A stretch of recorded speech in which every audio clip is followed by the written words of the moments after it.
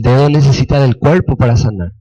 ¿Sí? ¿Cuántas veces usted se cortó en el dedo y el dedo necesita del cuerpo para sanar? Necesita que la sangre circule, necesita que las células se muevan para que sane.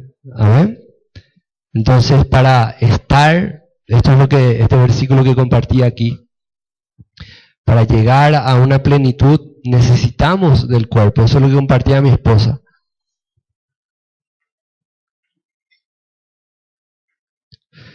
Realmente necesitamos de unirnos, de buscar, de unirnos a los que buscan de Él. Amén. Dice, este pasaje dice, ahora pues ninguna condenación hay para los que están en Cristo. Dice, los que no andan conforme a la carne, sino conforme al Espíritu. Amén. Y eso, este pasaje es un pasaje que yo siempre lo tuve en cuenta. Si puedes bajar este...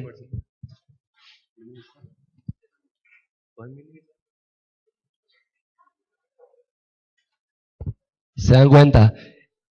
Los que llevan aquí tiempo saben que esa imagen lleva mucho tiempo ya aquí, ¿verdad? Y ven qué versículo es. Es el mismo que estoy compartiendo ahora. ¿Por qué? Porque esa es la clave de todos nosotros. Esa es la clave de la unión. Estamos divididos. Los seres humanos estamos divididos. Y Cristo vino a unirnos otra vez en un cuerpo. ¿Puedes ponerlo otra vez?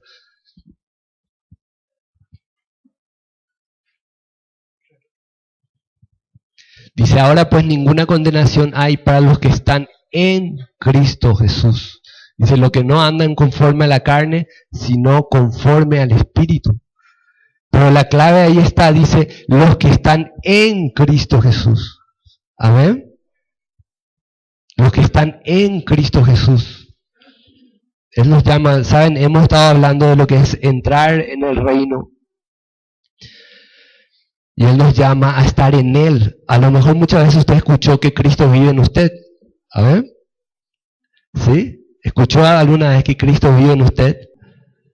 Pero aquí realmente lo más profundo es que nosotros vivamos en Él.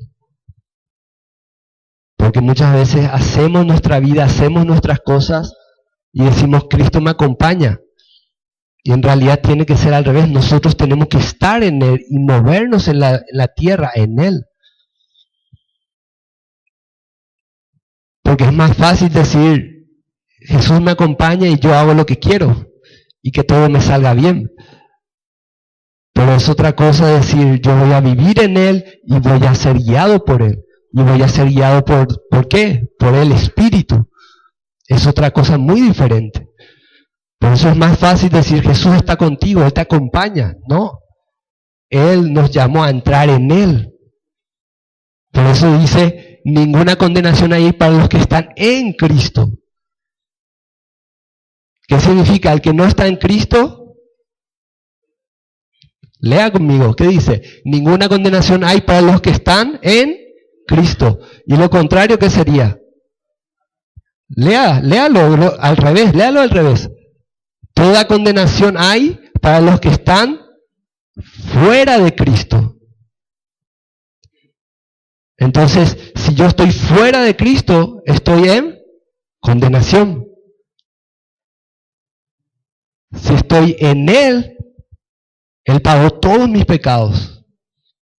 Como les compartía a una persona en esta semana, Él pagó por nuestros pecados que hicimos y por todo lo que vamos a hacer. Él ya lo pagó. ¿Pero cuándo? Cuando estamos en Él. Porque si salimos de Él, ¿qué vamos a recibir? Condenación. ¿Por qué? Por los pecados que estamos haciendo. Por eso muchas veces se habla de la gracia, se habla de Cristo. Está bien. La gracia está sobre nosotros. Él ya nos perdonó. Pero si salimos de Él, perdemos su gracia. Perdemos su perdón. Perdemos su favor. Perdemos. ¿Y cómo salimos de Él? Según lo que dice este versículo.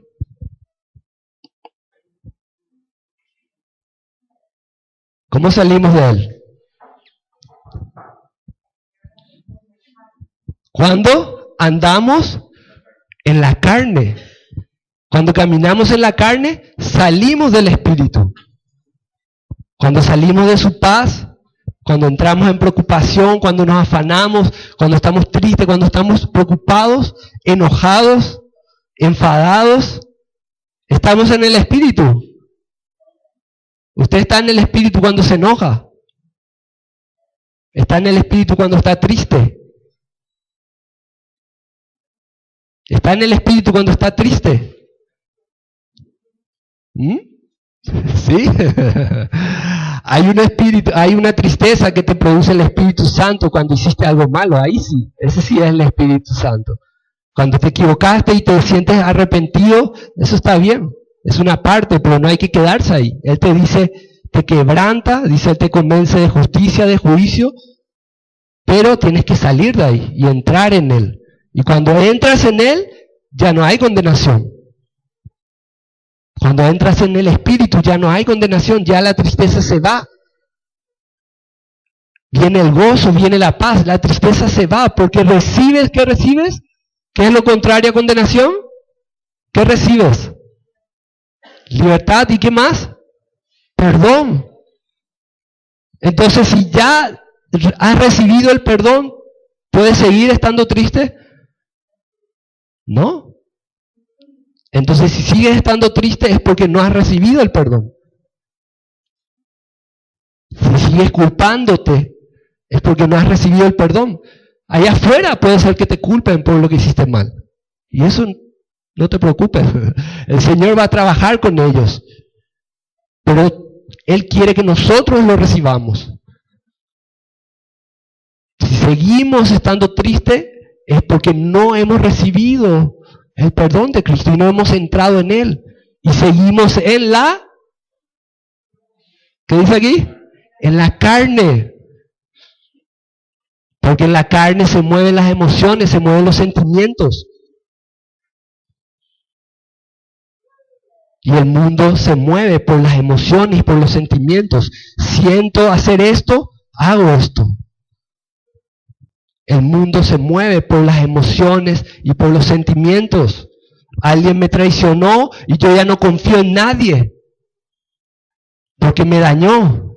Me muevo por las emociones. El mundo se mueve por las emociones y por los sentimientos. Por eso el mundo se encarga desde chiquito de dañarnos.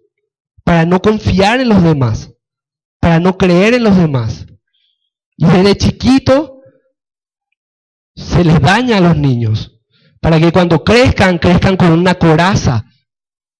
Para no confiar. Para estar herido.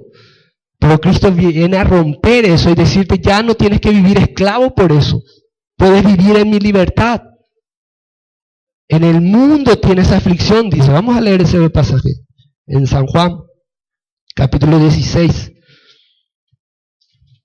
Acuérdese de esta palabra. En Cristo. En Cristo. Estás en Cristo. No es que Él está contigo. Él siempre ha estado contigo.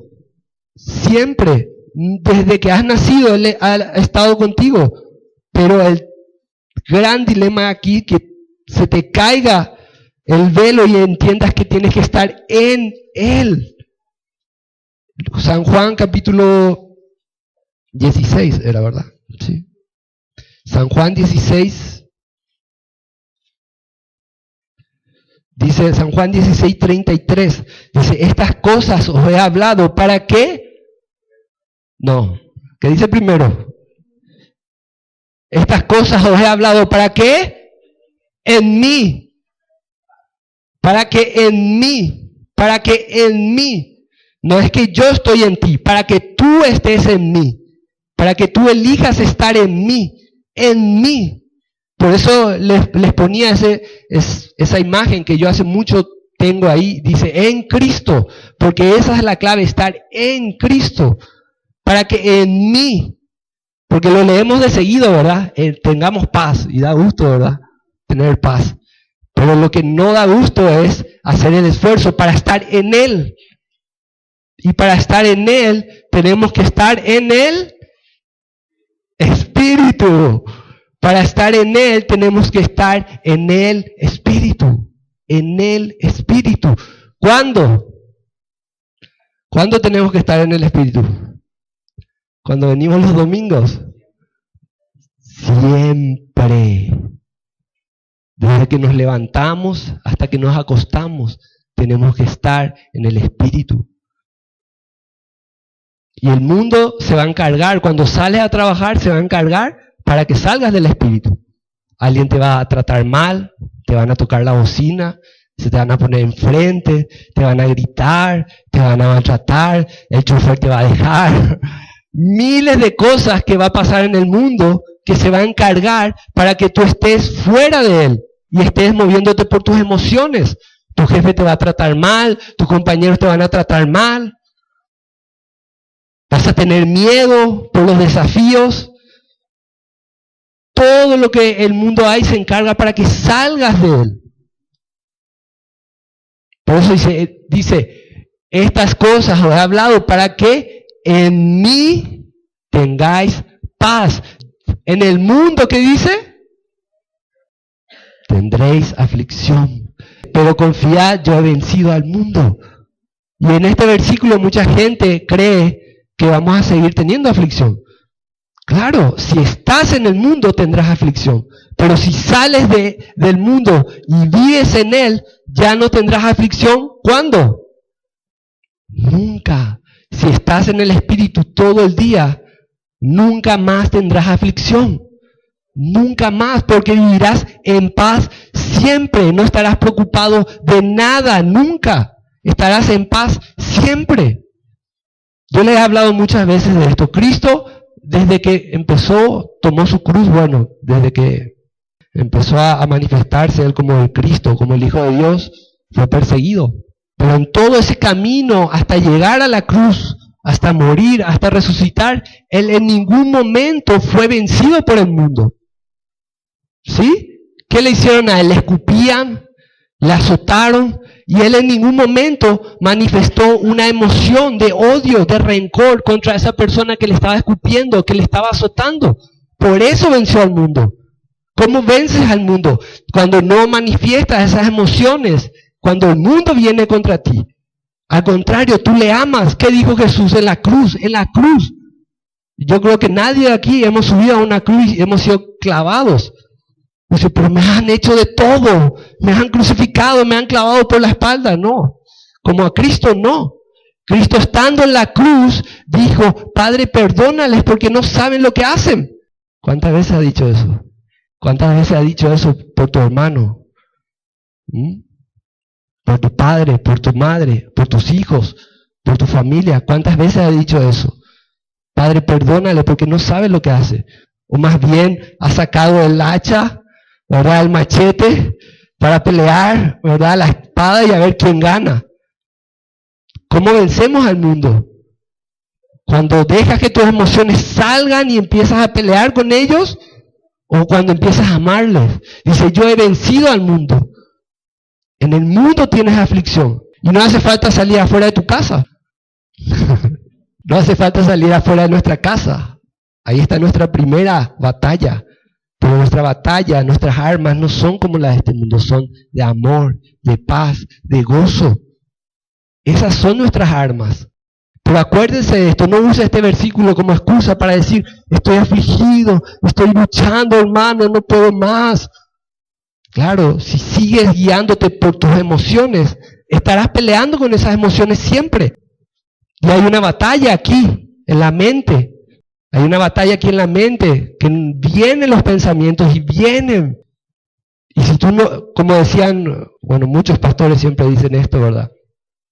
Una cosa es que vengan los pajaritos y vuelen por tu cabeza, pero otra cosa es que tú le dejes que pongan su nido y sus huevos y tú lo permitas. Una cosa muy diferente es cuando tú dices, no quiero más estos pensamientos de odio, de rencor, de rechazo, no los quiero más, quiero amarle a esta persona. Quiero ser como Cristo me llamó a ser, quiero ser su luz. Amén. Empieza aquí, en la mente, en las emociones, pero tenemos la autoridad que Cristo nos dejó. Vamos a Efesios, este versículo es muy lindo. Acuérdense, si le quiere poner un título a esto sería estar en Él, permanecer en Él. Efesios capítulo 1, versículo 3. Dice, bendito sea el Dios y Padre de nuestro Señor Jesucristo, que nos bendijo con toda bendición espiritual en los lugares celestiales en Cristo.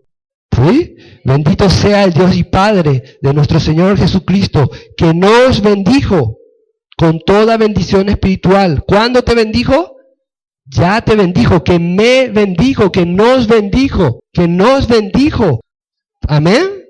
Él te bendijo, dice que nos bendijo. Pablo estaba hablando de esto, estaba diciendo por todos nosotros, que nos bendijo con toda bendición espiritual en los lugares celestiales, en Cristo. O sea que esa bendición no la vas a encontrar en el mundo, la vas a encontrar en Cristo. Cuando estás en Él, vas a encontrar esa bendición. Fuera de Él no la vas a encontrar. Amén. Segundo escogió, el versículo segundo escogió en Él, antes de la fundación del mundo. Aquí me gustó mucho y estaba escuchando ahora y ¿cuándo usted cree que se creó la iglesia? Muchos dicen que en Hechos empezó la iglesia. Después de la resurrección, muchos dicen que empezó la iglesia. ¿Pero qué dice aquí? ¿Cuándo empezó la iglesia? Antes de la fundación del mundo. Ya estábamos, ya fuimos escogidos en Él. Amén. Antes de la fundación del mundo, Él te escogió en Él. Antes que se forme ese mundito, usted sabe, nosotros hemos sido formados como un mundito de imágenes. Antes que se haya formado ese mundito, ya fuiste escogido en Él. Acuérdese, iglesia, esto no es una iglesia. Esto es un salón que nos reunimos. ¿Qué es la iglesia? ¿Quién es la iglesia? Nosotros. Usted es la iglesia, porque iglesia en griego, ¿sabe qué significa? Los llamados. Cristo nunca pronunció iglesia, porque iglesia estaba escrito en griego. Él dijo, los llamados serán edificados. Usted es iglesia, cuando Él te está llamando, tú eres iglesia. Y nosotros todos juntos aquí, ¿qué formamos? El cuerpo de Cristo. Por eso le decía, cuando yo necesito sanidad, no me separo de mi cuerpo. Usted no corta su dedo y le lleva al doctor, le dice, doctor, sana mi cuerpo, mi dedo. Necesitamos estar unidos para llegar a tener sanidad. Amén. La unidad es la que nos sana. Amén. Esa es lo que nos sana, estar unidos al cuerpo. Nos sana, nos levanta, nos restaura. Amén. Dice, según nos escogió en Él antes de la fundación del mundo, ¿para qué? Fuésemos santos y sin mancha delante de Él. Bueno, ahí continúa ahora el versículo 5. Amén. Santos y sin mancha delante de Él. Bueno, voy a entrar en algo más. Vamos en Colosenses. A ver si me sigue. Creo que 28. Colosenses capítulo 3. Hoy vamos a compartir el pan y el vino. Y entienda que esto es un símbolo de lo que hacemos, de lo que nosotros hemos creído.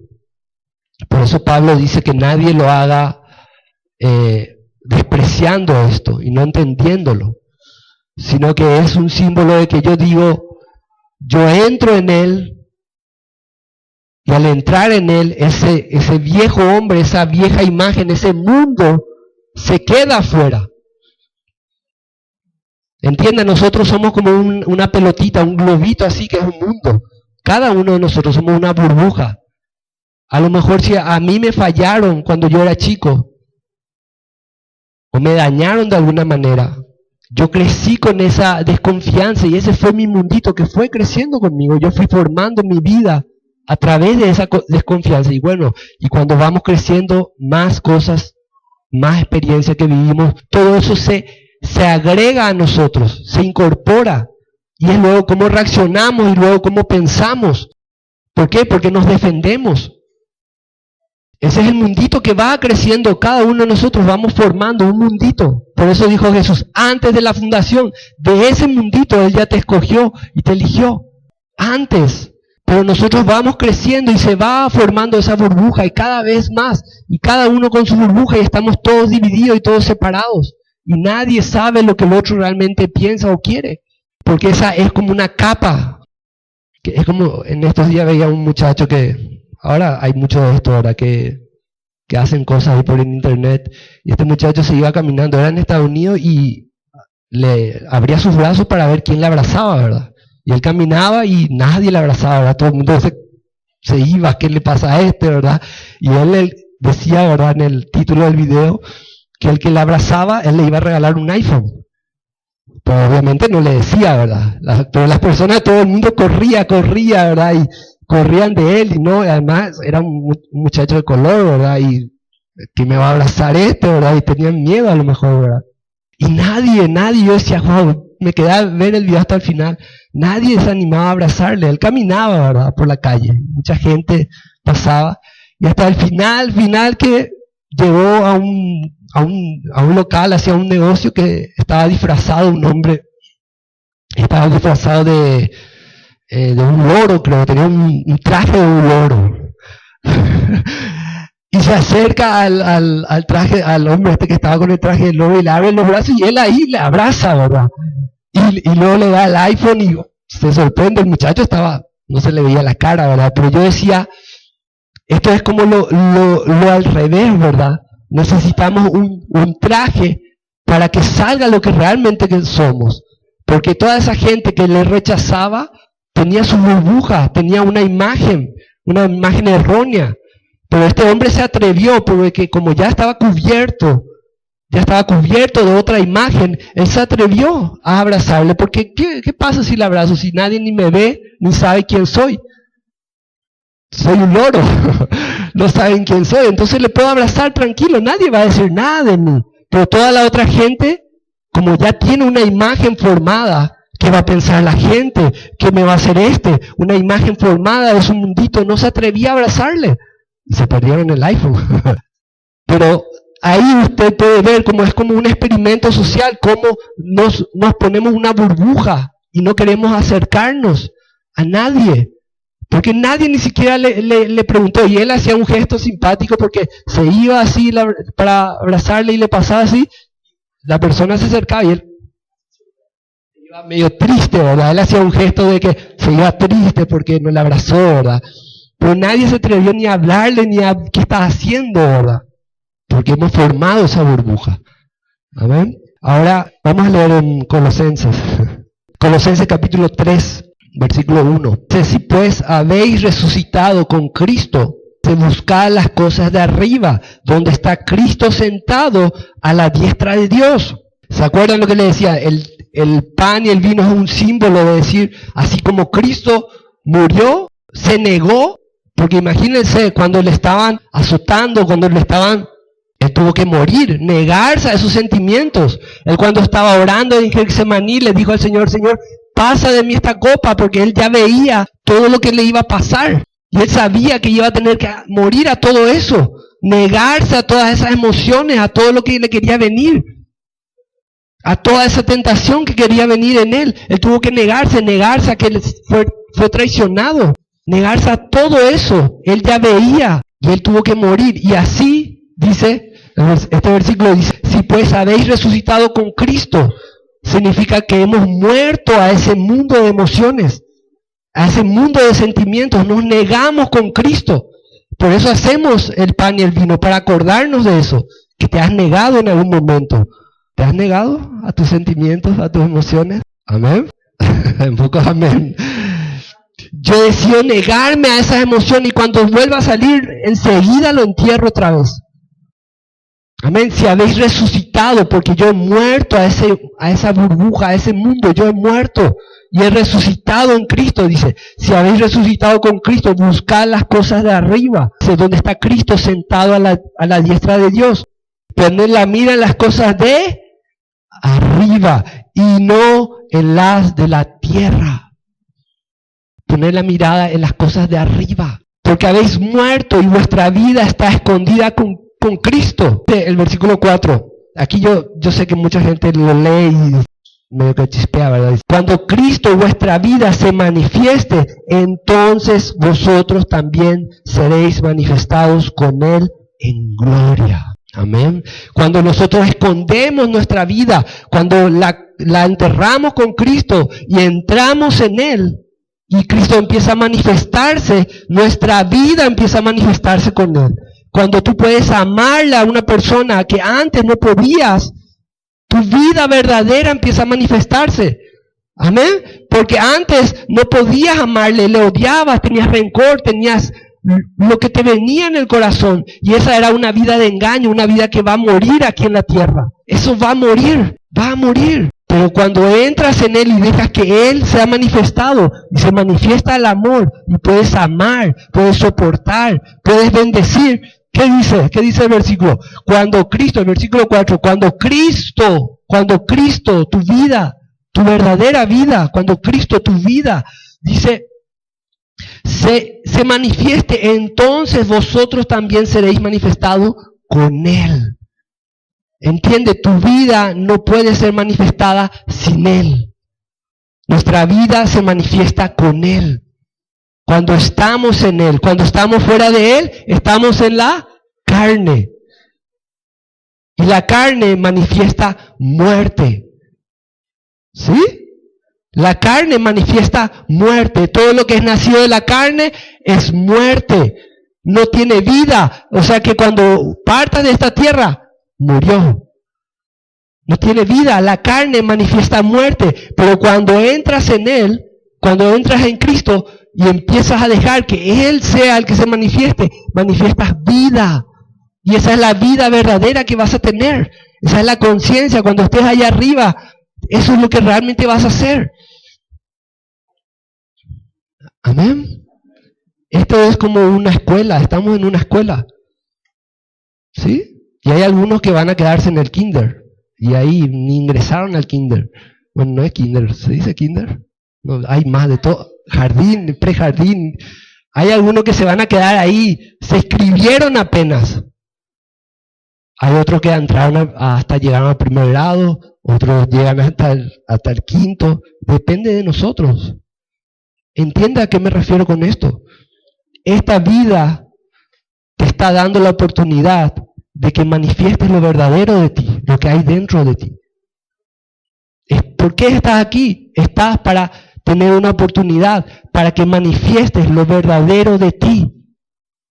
¿Y qué hacemos nosotros? Nos vamos a la carne y manifestamos muerte todo el día. Eso no vas a ver ni memoria, vas a morir. Tiene fecha de caducidad, finito. Pero esta vida, Él nos puso aquí. Yo siempre esto medito así y digo, cuando Satanás pecó, a lo mejor todos nosotros estábamos ahí. Esto les digo, no está en la Biblia, ¿verdad? Es mi pensamiento. A lo mejor todos pecamos con Él. ¿Sí?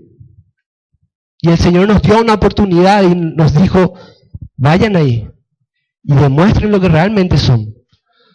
Demuestren lo que realmente son. Es una oportunidad para volver a su corazón, para mostrar lo que realmente somos. Por eso le digo, va a depender de cada uno de nosotros hasta dónde llegamos, hasta dónde queremos llegar.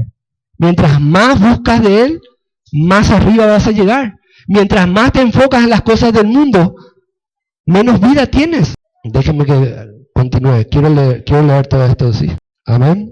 Dice el versículo 5, haced morir pues lo terrenal en vosotros, fornicación, impurezas, pasiones desordenadas, malos deseos, avaricia, que es idolatría. La avaricia es igual a idolatría, dice. Cosas de las cuales la ira de Dios viene sobre los hijos de desobediencia. ¿Qué es la ira de Dios? ¿Se acuerdan? ¿Qué es la ira de Dios? Imagínense un padre cuando el hijo es desobediente. ¿Qué hace el padre? Bueno, cuando ya no puede castigarle, se da la vuelta para no mirar. ¿Qué más puede hacer? ¿Qué hizo el padre con el hijo pródigo? Él sabía a dónde iba su hijo. Él sabía que iba a llegar a comer con los chanchos. ¿Y qué hizo? No miró. Cerró sus ojos. pero siempre estuvo con los brazos abiertos, esperándole. Esa es la ira de Dios. La ira es cuando tu padre te deja y dice, haz lo que quieras. Yo no quiero ver. Esa es la ira de Dios. Él no nos castiga.